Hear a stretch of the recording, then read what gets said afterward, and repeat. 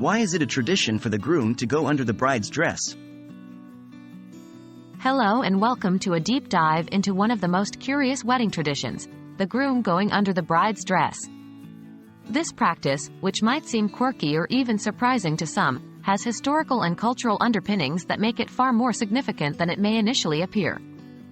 Let's unravel the story behind this tradition. It's all about understanding symbolism and historical contexts. What is this tradition about? The tradition in question generally involves the groom retrieving the bride's garter from under her dress and tossing it to the unmarried men in attendance. The act is usually performed at the reception following the wedding ceremony.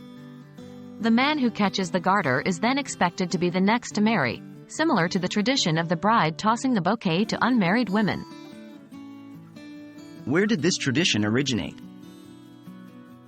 This tradition dates back to the Middle Ages and has a somewhat interesting, if not slightly bizarre, history.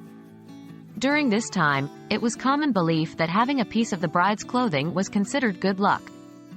As a result, guests would sometimes become unruly in their attempts to rip a piece of the bride's dress, which, understandably, led to many a distressed bride. To counter this, the tradition of the bride throwing her garter began. The garter was a practical piece of the bride's attire, used to hold up stockings, and could be easily removed by the groom.